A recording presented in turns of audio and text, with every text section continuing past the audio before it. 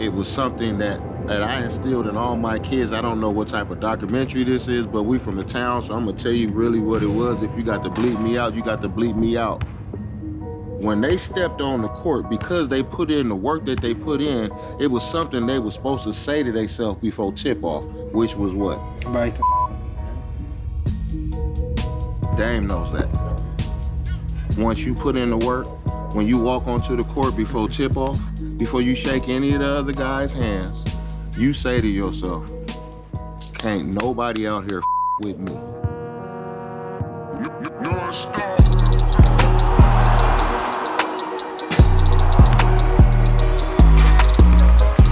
I walk it like I talk it, Naomi flow. You feel me? Real brick feel, if you know, you know. Oakland is a tough place, but like it's a beautiful place too. And without this place, it wouldn't be a Damian Lillard, you know? So this helped groom him and shape him to the man that he is today. There's not a lot of people that you have in your life that's been there since you was at the age that we've been in each other's lives. But then you also able to develop like that bond and that trust and that support with somebody. 23, 24 years of friendship, like real friendship, so you can't beat that with a bat. Look at that, Oakland Midnight Basketball League.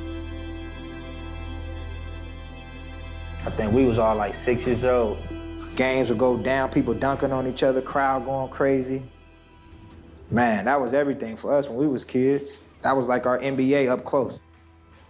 Before I even played for the Rebels, I knew who the Oakland Rebels were because they had so many top players come out of their program.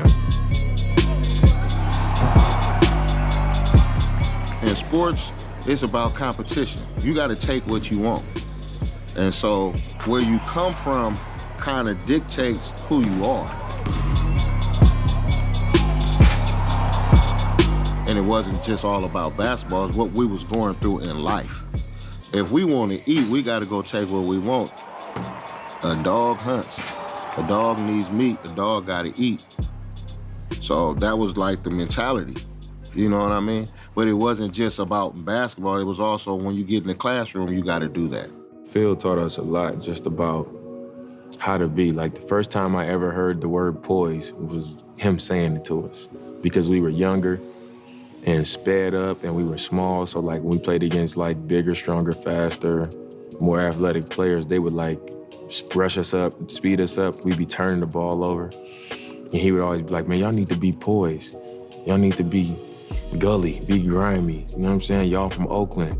They might go play a team who has all these sweatsuits and shoes and everything, and they might be from a ritzy area and have all this money and they look the part. We had to make sure that our kids knew that no matter where we went, we was gonna compete and we was gonna take what we wanted. And that the other kids, wherever they was from, was not going through what our kids was going through. And we kind of was just like staring at the adversity and like the struggle in the games just calm. We really learned it. We figured it out through him. Once you get in the game can make a coward out of anybody. You can be a murderer and you get on the court, somebody can expose you because it's a game. Like if you don't do what you're supposed to do in this game, it don't matter what you're capable of off the court. Nothing's gonna be given to you. So in taking what you want, that wasn't just like in the games. That meant you had to work. You had to take whatever it took to be better than whoever you had to compete against. But you also have to be smart, you know, and you have to be calculating because sometimes it's, you know, like in dominoes, all money's not good money. So you got to understand when it's the time and when it's the situation to take what you want. Sometimes it's not that time. Dame, he was just very calculating from the beginning.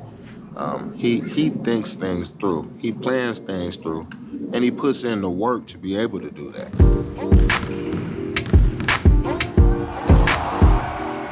Everybody now is saying Dame time this, Dame time that, but it's been Dame time since we was kids. And late in the game, like he does to this day, you know, in that clutch time, he always been the clutch player. When it's time to give up the ball, I was the point guard then.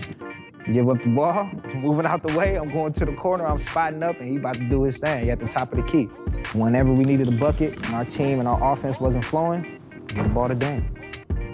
It was like that since we was kids, man. And I remember actually when he took that next step, I want to say it was in between our sophomore and junior year, and we were playing at a tournament. He took over in the game. Like, we were down and he just went on one. And that's when you seen the difference. That's when you seen the Dame time just come together, and it didn't matter who we play against, what level of competition, how tall, how big they was, he was dropping 25 plus on them cats.